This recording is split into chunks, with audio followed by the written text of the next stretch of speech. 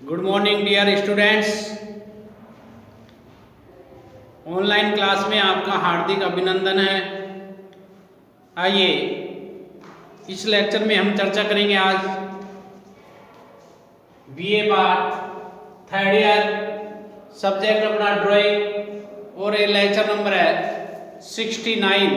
कौन सा है? 69। इससे पूर्व वाले लेक्चर में अपन चर्चा कर रहे थे जो लेक्चर नंबर 68 था, उसमें चर्चा की थी अपने के हैबर के बारे में। और अपन ने पढ़ा था के हैबर का पूरा नाम कांटीगेरी कृष्ण हैबर था।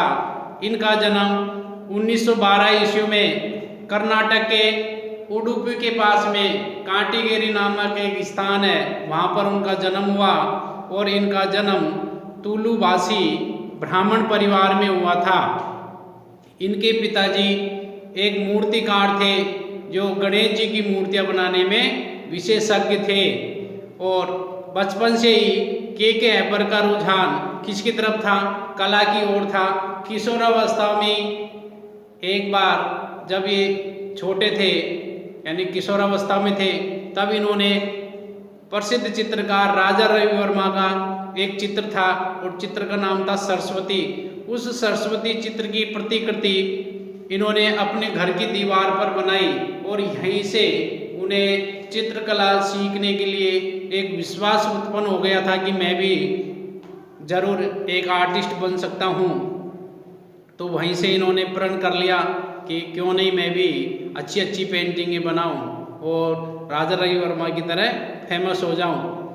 इसके बाद में अपन ने चर्चा की थी इनकी कला शिक्षा के बारे में कि के हैबर ने मैसूर के राजेंद्र तकनीकी आर्ट स्कूल से कला में क्या किया था? डिप्लोमा प्राप्त किया था, यानी कि वहाँ से कला शिक्षा प्राप्त की। उसके बाद में इन्होंने राजपूत शैली, मुगल शैली आदि के लघु चित्रों के बारे में अध्ययन किया।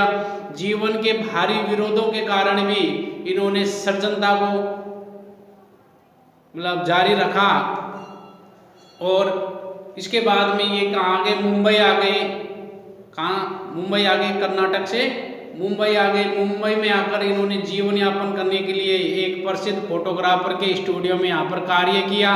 उसके बाद में इन्होंने दंडावती मठ में चित्रकला का अभ्यास जारी रखा। उसके बाद में सन 1937 ईस्वी में के हैबर ने sir J school of art Mumbai में अंतिम वर्ष में डिप्लोमा में क्या कर लिया? एडमिशन ले लिया। उसके बाद 1939 ईस्वी में ये इसी संस्थान में, कौन सी संस्थान? Sir J school of art Mumbai में ये अध्यापक के रूप में नियुक्त किए गए। उसके बाद में उसी वक्त 1939 की बात है कि वहाँ एक प्रिंसिपल हुआ करते थे sir J school of art में, जिनका नाम था जेरार्ड। क्या नाम था? जेरार्ड। तो उन प्रिंसिपल का भी यानी उनके विचारों का के हैबर के विचारों पर काफी प्रभाव पड़ा। और प्रिंसिपल का नाम क्या बताया? जेरार्ड। उसके बाद में अपन ने चर्चा की थी किसके बारे में? कि कला परंपरा एवं संस्कृति प्रभाव के बारे में, कि कला परंपरा में और संस्कृति प्रभाव में किस प्रकार से के हैबर का योगदान रहा। देखो, हैबर की कला में विश्व के विभिन्न कला आंदोलनों एवं वादों का एवं सिद्धांतों के रसों का प्रभाव रहा है। जैसे कि प्रभाववाद का और उत्तर प्रभाववाद का प्रभाव भी के हैबर की पेंटिंग में देखा जा सकता है। अभिव्यक्ति के लिए उन्होंने आवश्यकता के रूप में अनुरूप कार्य किया, यानी कि चित्र की अभिव्यक्ति को प्रकट करने के लिए इन्होंने कला कार्य किया। उसके बाद में के हैबर की कला में शांति का भाव उत्पन्न होता है, आनंद का भाव, आशा का एवं मानवीय संवेदना तथा ऊर्जा का सहज भाव उत्पन्न होता है। इनके चित्रों में सरलता, आत्मीयता, आकर्षकता और सहज मानवीय भावों को देखा जा सकता है। इसके बाद में चर्चा करेंगे कि हैबर ने जो हैबर की एक शैली थी, हैबर की शैली में नूतन प्रतीक विधान, उसके अलावा नियोजन, रेखाओं की सांभाविकता और उसके अलावा नए सर्जन को इन्होंने कल्पना के नूतन आग्रह को स्पष्ट करते हुए लक्षित किया है, यानी कि दर्शाया गया है। हैबर ने अपने कलात्मक अनुभव को विकसित करने के लिए अजंता की गुफाओं को, एलोरा की गुफाओं को, कार्ली गुफाओं को आदि को देखा और इन सभी गुफाओं का क्या किया, अध्ययन किया। कौन कौन सी गुफाओं को देखा? देखो, के हैबर ने अध्ययन के तौर पे अजंता की गुफाओं को देखा, उसके बाद एलोरा की गुफाओं को देखा और कार्ली की जो गुफाएं हैं मुंबई महाराष्ट्र में, इनकी गुफाओं को देखा और इनका अध्ययन भी किया ताकि उनके चित्रों में और अच्छे भाव उत्पन्न हो सके।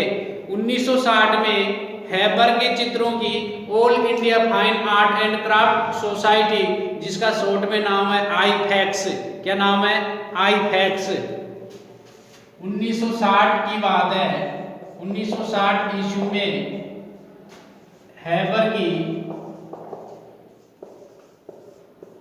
की कौन सी संस्थान का नाम क्या है? हैबर की या हैबर के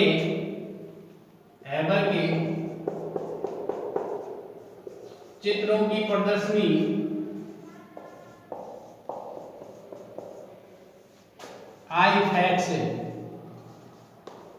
आईफैक्स का पूरा नाम है ऑल इंडिया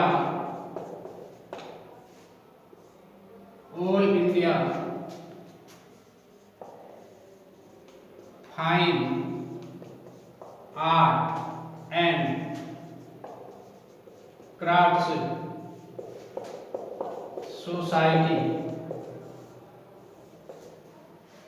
दोबारा देखेंगे, 1960 ईस्वी में हैबर के चित्रों की प्रदर्शनी AIFACS all India fine art society New Delhi में प्रदर्शित हुई।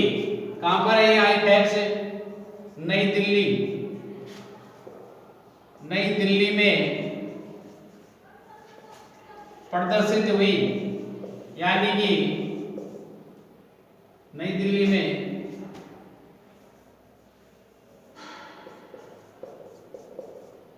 प्रदर्शित हुई, यानी कि आईफैक्स जो है वो है all India fine art and craft society. इसमें ऑल इंडिया के जो आर्टिस्ट हैं ये यहाँ पर एग्जीबिशन लगाते हैं और जो श्रेष्ठ कार्य होता है उनको प्रमाणित भी किया जाता है। तो 1960 ईस्वी में के हैबर ने इस आईफैक्स में अपने चित्रों की क्या लगाई? कला प्रदर्शनी लगाई। और हैबर अपनी शैली में, यानी कि जो इनकी पर्सनली शैली थी हैबर शैली, तो उस शैली के निजीपन को प्राप्त करने के लिए प्रयत्नशील रहते थे, यानी कि इन्होंने अपनी स्टाइल के चित्र बनाने के लिए हमेशा ये कार्य करते रहते थे और अपनी स्टाइल को आगे बढ़ाने का कार्य में ये प्रयासरत रहते थे। इसके अलावा के हैबर भारतीय लोक कला संस्कृति, किसके? भारतीय लोक कला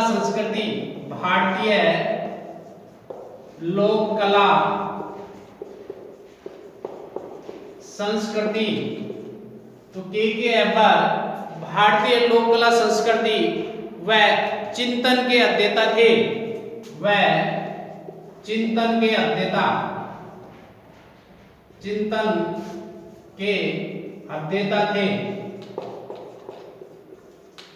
दोबारा सुनेंगे इस लाइन को।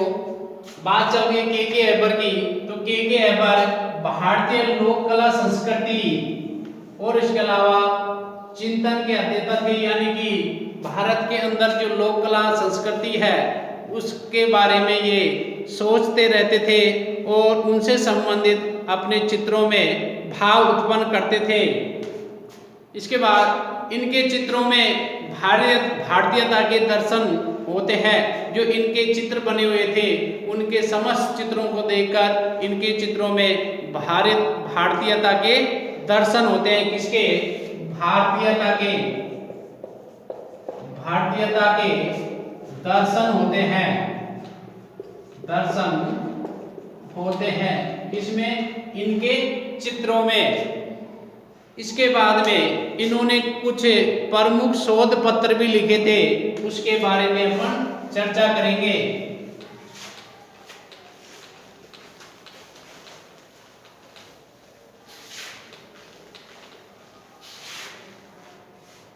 के हैबर के प्रमुख शोध पत्र।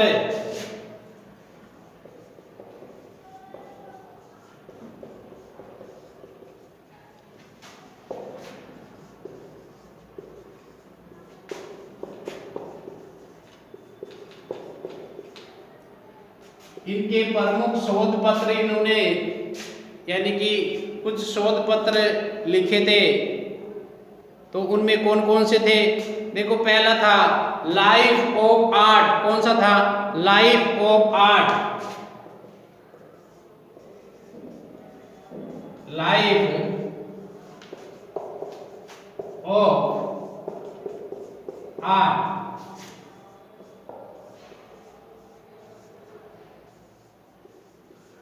पहला शोध पत्र था लाइफ ऑफ आर्ट, और दूसरा नंबर का जो शोध पत्र था वो था लाइफ ऑफ सिंप्लिसिटी। कौन सा था?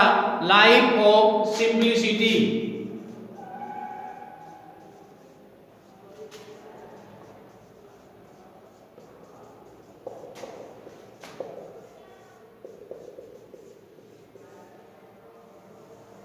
दूसरा नंबर का शोध पत्र कौन सा था? Life of simplicity. इन्होंने दो शोध पत्र लिखे थे, जिनमें पहला शोध पत्र था लाइफ ऑफ आर्ट। पहला कौन सा था? Life of art. और दूसरा नंबर का था life of simplicity. Life of simplicity. इनके दो शोध पत्र प्रसिद्ध हुए। इसके बाद में अपन चर्चा करेंगे इनके प्रसिद्ध चित्र शीर्षक कौन कौन से थे, यानी कि इनके प्रमुख चित्रों के बारे में।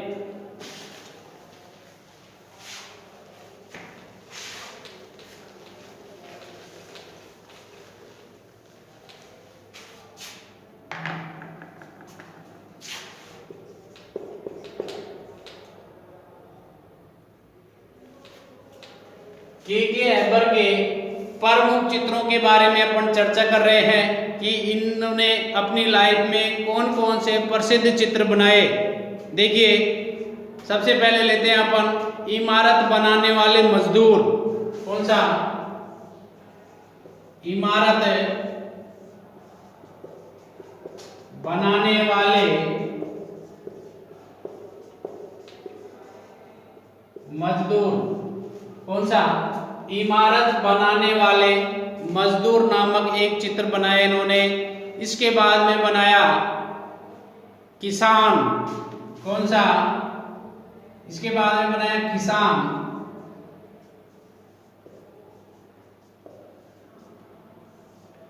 किसान नामक चित्र भी इन्होंने बनाया। उसके बाद बनाया मछुआरों।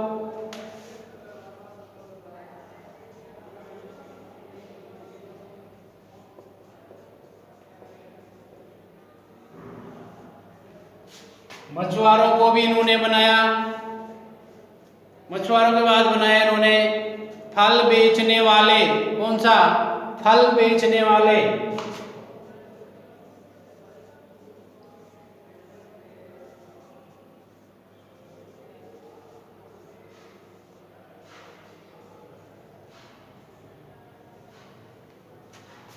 कौन सा बनाया? फल बेचने वाले। उसके बाद बनाया होली। कौन सा?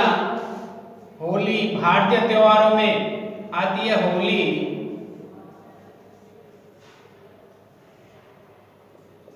दीपावली।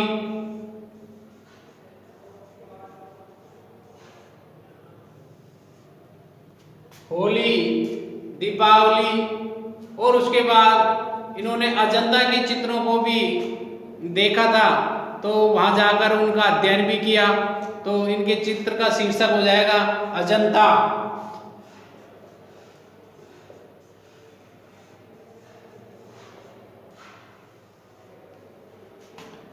अजंता भी ये गए थे। इनका एक प्रसिद्ध चित्र है मवेशी हाट। कौन सा? मवेशी हाट। मवेशी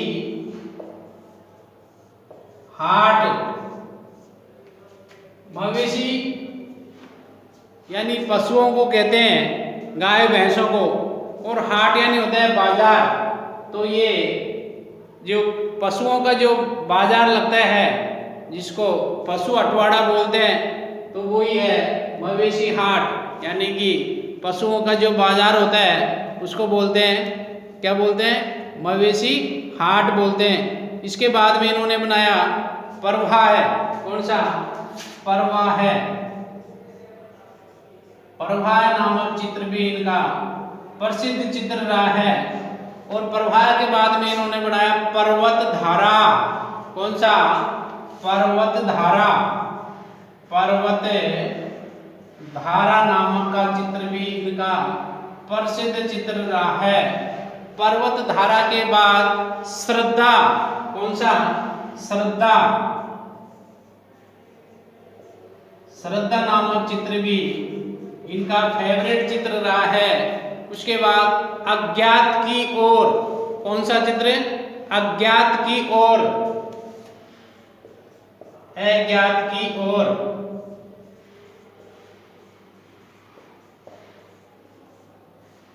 अज्ञात की ओर नामक चित्र भी इन्होंने बनाया। उसके बाद बनाया खोज। कौन सा? खोज नामक चित्र भी इनका प्रसिद्ध चित्र रहा है। वैसे तो इन्होंने जो भी चित्र बनाए वो सब प्रसिद्ध ही रहे हैं। खोज के बाद एक और चित्र आता है इनका संगीत। कौन सा? संगीत, म्यूजिक से संबंधित चित्र बनाया। अन्वेषण। अन्वेषण। अन्वेषण नामक चित्र भी इनके चित्र सीरीज में माना जाता है। उसके बाद में धूप दीप्ति। कौन सा? धूप दीप्ति नामक चित्र भी प्रसिद्ध रहा है। धूप दीप्ति। धूप दीप्ति। और उसके अलावा के अबर के प्रसिद्ध चित्रों में पनघट है। पनघट पर। पनघट पर और कौन सा? मयूर। पनघट पर मयूर। और उसके अलावा यमुना पार। कौन सा? यमुना पर। यमुना। यमुना। यमुना पर सांझ।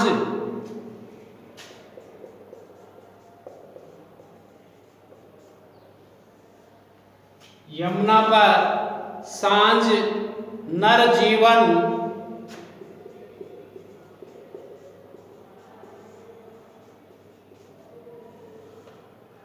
कौन सा? नर जीवन। और उसके अलावा विवाह उत्सव। कौन सा? विवाह उत्सव। किधर लिखे? इधर लिखे। विवाह उत्सव। विवाह उत्सव के बाद में एक दो चित्र उनके और है, जैसे कि आकाश पर। आकाश पर।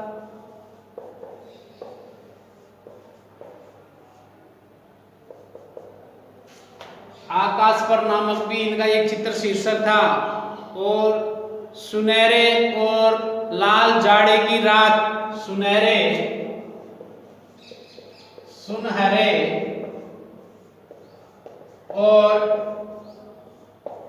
लाल जाड़े की रात नामक भी इनका प्रसिद्ध चित्र रहा है। इसके अलावा दक्षिणी भारत के हाट बाजार को ये बहुत अधिक बार बनाया इन्होंने। दक्षिणी भारत के हाट बाजार। दक्षिणी भारत के हाट बाजार।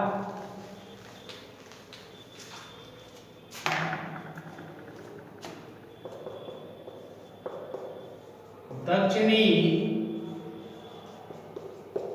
भारत के